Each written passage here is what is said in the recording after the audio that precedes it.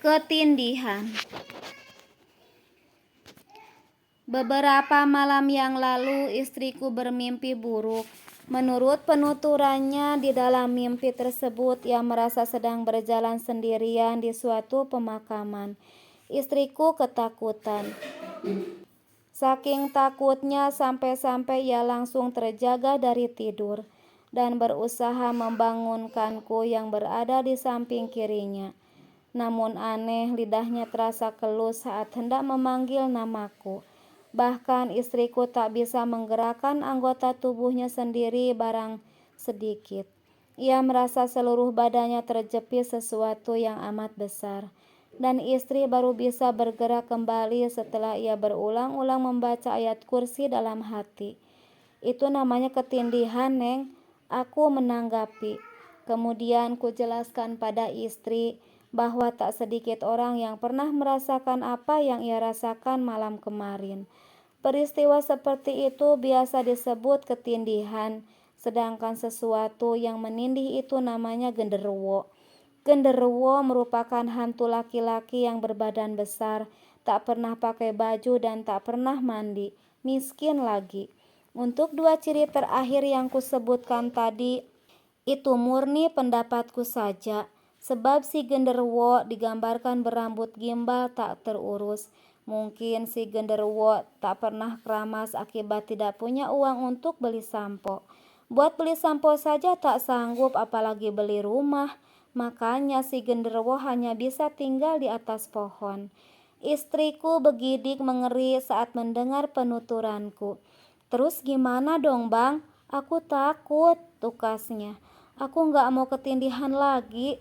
Nampak tubuh istriku mengkerut.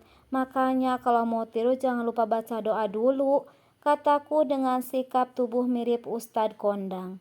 Meski pada kenyataannya aku lebih mirip tukang loper koran. Yang kuceramahi mengangguk. Kalau bisa lanjutku. Berwudu dulu sebelum tidur. Kepala istriku kembali terangguk. Aku menangkap aura ketakutan yang masih tersisa di wajahnya. Mungkin ia masih ngeri membayangkan apa yang sudah terjadi padanya malam itu. Sore harinya, tepat pada pukul 4:30, kami berdua menonton televisi. Seperti ada sesuatu yang sudah dirancang oleh Tuhan. Channel televisi yang kutonton kebetulan menayangkan berita tentang mimpi buruk, beserta bagaimana cara menyikapinya menurut sudut pandang agama Islam. Di dalam tayangan tersebut diwartakan bahwa dianjurkan kepada orang yang mendapat mimpi buruk untuk segera meludah ke sisi kiri. Anjuran untuk meludah ke sisi kiri ini dinukil dari hadis Nabi Shallallahu Alaihi Wasallam. Saat berita tentang solusi mimpi buruk itu selesai disajikan, aku segera melempar pandangan ke arah istri. Kudapati wajahnya cerah merona, seolah ia baru saja mendapat keringanan bebas bayar kamar kos selama 2 bulan dari ibu kos. Oh begitu toh caranya, gumam istriku. Jadi kalau dapat mimpi buruk dianjurkan untuk meludah ke sisi kiri. Oke, tuntasnya tersenyum. Nyaliku sempurna ciut. Ini bahaya, sangat berbahaya malah. Kalian tahu mengapa? Karena setiap malam aku selalu tidur tepat di samping kiri istri. Dengan posisi seperti itu, istriku berhak meludahi suaminya ini ketika ia mendapat mimpi buruk.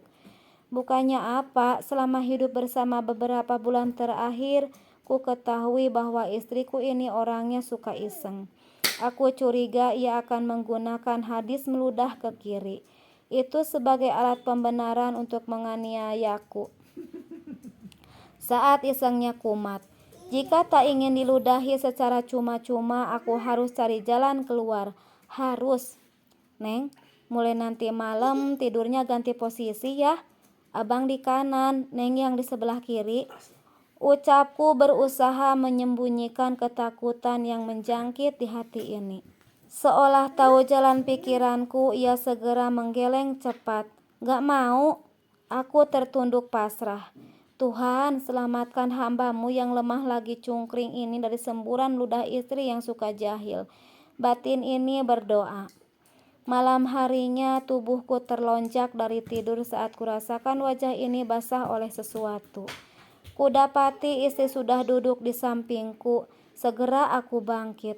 Saat kulap sesuatu yang basah itu dan menciumnya, aku baru tahu bahwa sesuatu itu bukan air biasa. Itu air ludah, pasti air ludah. Agak amis sih, di kamar ini tidak ada yang lain selain kami berdua. Jadi ludah yang membasahi wajah ini pasti keluar dari mulut istriku. Neng, aku meminta pertanggungjawaban. Kenapa Neng melubahi abang? Sepertinya tadi aku mimpi buruk lagi, Bang. Mimpi lewat pemakaman lagi. Tanyaku tak percaya. Istriku menggeleng. Mimpi kalah main suit batu gunting kertas sama abang. Lantas ia terkekeh. Tuh kan benar apa kataku. Cepat atau lambat, walau dengan alasan yang tak syar'i sekalipun, istriku ini pasti akan mempraktekkan apa yang termaksud dalam hadis meludah ke sisi kiri tadi. Dan akulah korbannya.